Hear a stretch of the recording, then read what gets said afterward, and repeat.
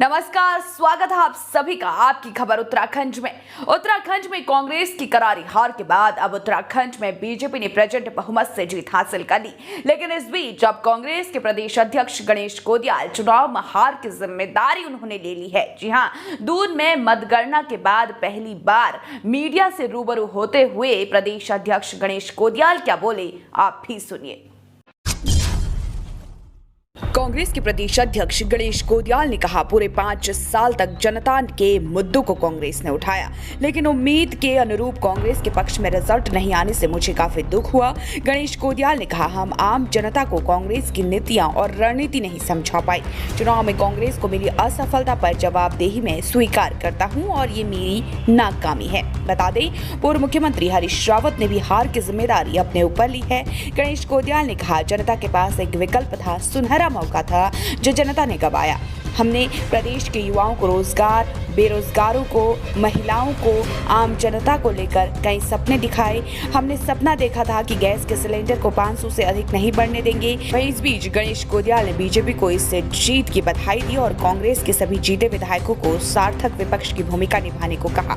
कांग्रेस प्रदेश अध्यक्ष गणेश कोदियाल ने प्रदेश की जनता का आभार जताया और कहा, जनता ने हमारा साथ दिया, हमारे साथ जुड़े रही, हमारी उम्मीदों को बनाए रखा।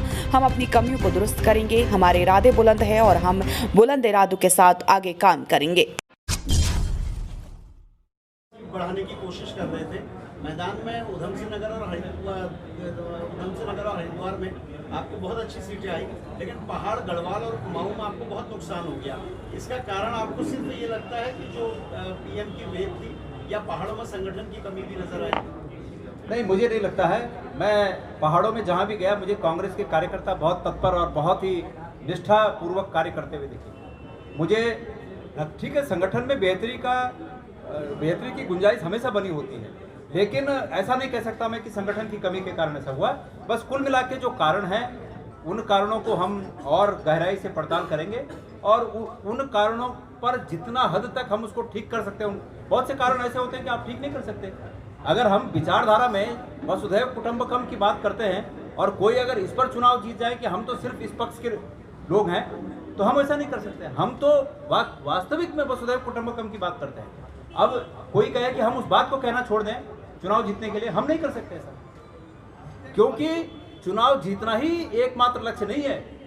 इस प्रदेश की और इस देश की खुशहाली और इस देश की बेहतरी किस प्रकार हो सके, वो हमारा अंतिम रूप में लक्ष्य है। और उस लक्ष्य के चलते हम अपनी अच्छी बातों को नहीं छोड़ सकते, हम अपनी नीतियों को नहीं छोड़ सकते। नहीं, हमने वो काम समय पर किया। मैं मानता हूं कि वो काम समय पर हुआ, जब होना चाहिए था तब हुआ। भाई, घोषणा पत्र कोई 6 महीने पहले तो आता नहीं है, लेकिन घोषणा पत्र में कही गई बातें हम पहले से कहते आ रहे थे। हम पिछले 4 साल 5 साल से कहते आ रहे थे। ऐसा नहीं कि हमने उसको कलमबद्ध किया उस दिन, लेकिन कहे तो हम पहले से रहते।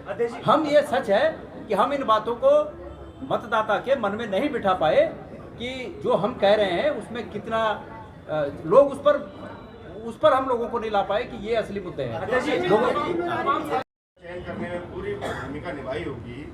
रामनगर की सीट को फिर लाल कुआं में, देखिए, हाँ, ये बात मैं स्वीकार करता हूँ कि हम सबकी इच्छा थी कि आदरणीय रावत जी लाल कुआं लड़े। हमारी इच्छा अच्छे रिजल्ट के लिए थी, बेहतर रिजल्ट के लिए थी, लेकिन नहीं आया। अगर आप मुझे दोषी समझते हैं कि मैंने उन्हें लाल कुआं भेजने में कोशिश की, तो मैं उसका दोषी हूँ। मैं इसको अस्वीकार नहीं कर सकता।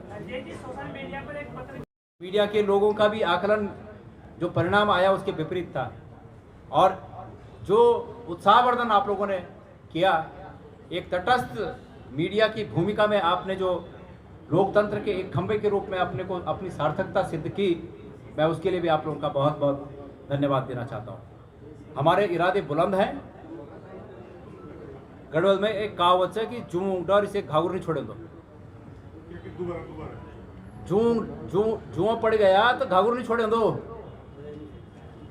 तो हम अपने वसूलों पर लड़ते रहेंगे, प्रदेश की जनता के लिए लड़ते रहेंगे।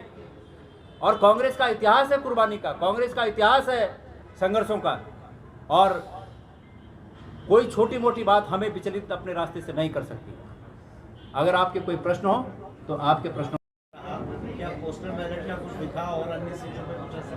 देखिए, ऐसा है मेरी जगह कोई दूसरा व्यक्ति होता तो वो दोबारा रिकाउंटिंग कराता, लेकिन मैं इस बात से क्षुब्ध था कि मैंने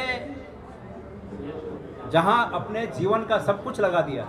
आपको बता दूं, ये गणेश गोदियाल वो व्यक्ति है जिसने मुंबई के चेंबूर नाके पर केले बेचकर, केले की रेडी लगाकर कक्षा 10 पास किया, और उसके बाद मुंबई जैसे महानगर में थोड़ा बहुत अपने को स्थापित करते करते करते और जो धन अर्जन किया था वो आज से 25 साल पहले उस विधानसभा क्षेत्र के राठ जैसे इलाके में एक डिग्री कॉलेज बनाकर अपनी बेटियों को और अपनी बहनों को दुनिया की सबसे बड़ी ताकत, कलम की ताकत पकड़ाकर आज उन्हें मजबूत किया। और वहाँ से जब मुझे लगा कि मेरी आशा के विपरीत रिजल्ट आया तो मैंने पुनर्गणना को भी उचित नहीं समझा। मैंने कहा मैं बहुत बड़ा दिल रखता हूँ और एक बार नहीं 1000 बार जन्म लेना पड़ेगा, लेकिन अपने वसूलों के लिए लड़ता रहूँगा। 1000 बार जन्म लेके भी अपने वसूलों के लिए लड़ता रहूँगा।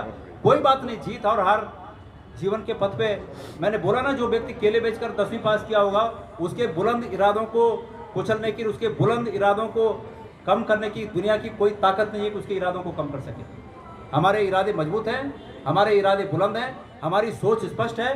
मैंने कहा कि सिर्फ वसुधैव कुटुंबकम कहने की बात नहीं है, इसको जीवन में चरितार्थ करने की आवश्यकता है। गणेश गोदियाल ने उसको अपने जीवन में चरितार्थ किया है, आगे भी चरितार्थ करता रहूँगा। तो इसलिए मैं उसको पुनर्मतगणना कहूँ, मैं कहूँ कि घपला हुआ, कुछ अज्ञानता जरूर होती है चुनाव में। जैसे नोटा के बटन पे 650 वोट गए हैं, वो निश्चित रूप में मेरे वोट हैं, क्योंकि वो पहले नंबर के चक्कर में आखिरी नंबर दबा देते हैं बहुत से लोग अनजाने में। मतलब जब हम भाषणों में बोलते हैं कि पहले नंबर का बटन दबाकर हमें जिताइए, तो कुछ लोग अज्ञानता बस वो नीचे से पहला समझ लेते हैं। तो वो पहाड़ों में नोटा दबाने के लिए कोई नहीं जाता 1-2 मील चलकर। आप मानते होंगे इस बात को, कोई नोटा दबाने नहीं जाता है। जिसको नोटा दबाना होगा वो जाता ही नहीं है। तो वो नोटा में जो 600 वोट पड़े वो भी मेरे वोट हैं, लेकिन कानूनी रूप से वो मेरे नहीं हैं। तो इसलिए ये कहना कि उसकी चीर फाड़ करना, जब मैंने देखा कि भाई मैं 200 वोट कुछ ऐसे 200 कुछ वोट ईवीएम में मैं पीछे हो गया हूँ, मैं बाहर आ गया। ठीक है, हमने अपने विपक्षियों को बधाई दी कि भाई आपको बधाई हो, आप लोग जीत गए हो। कार्यकर्ता उत्साही होते हैं, लेकिन जीत के उत्साह में अपना होश नहीं खोना चाहिए। एक दुर्भाग्यपूर्ण बात यह हुई कि परसों हमारे विपक्ष के लोगों ने जो महाविद्यालय मैंने स्थापित किया उस पर जाकर तोड़फोड़ की, ये बड़ा निंदनीय है। और खास करके नेता अगर अपने मुंह से इस बात को कहें कि जाओ मेरी छूट है तुमको सब कुछ करो, तो ये और भी निंदनीय है।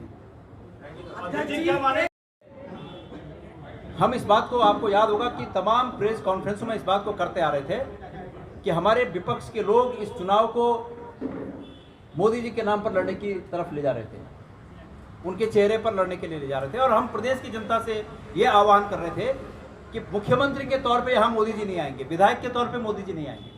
और हमारे विपक्ष के लोग इस बात की चर्चा करते रहे कि आपका वोट मोदी जी को, आपका वोट मोदी जी को, आपका वोट मोदी जी को। ये उन्होंने कोशिश की, और इसमें कोई बुराई नहीं मैं समझता इसमें, क्योंकि उनकी जो ताकत उन्होंने महसूस की होगी, हमारी ताकत है, उन्होंने अपनी ताकत लगाई, हमने अपनी ताकत लगाई। हमने वसुधैव कुटुंबकम की बात कहकर अपनी ताकत लगाई कि हमारी ये थीम है, हमारा ये रास्ता है, हम सबका भला करेंगे, हमने ये कहा। और उन्होंने कहा कि हमारा ये फेस है, लोगों को शायद वो बात पसंद आई होगी। तो ये तो तेरा तुझको अर्पण क्या लागी, मेरा जनता का वोट है, जनता ने अपने वोट का उपयोग किया, कोई बात नहीं, हमारे पक्ष में परिणाम नहीं आया, लेकिन हमको इसको खुशी से स्वीकार करना है। विपक्ष को जीत पर बधाई देता हूं, सरकार बनाने की बधाई देता हूं।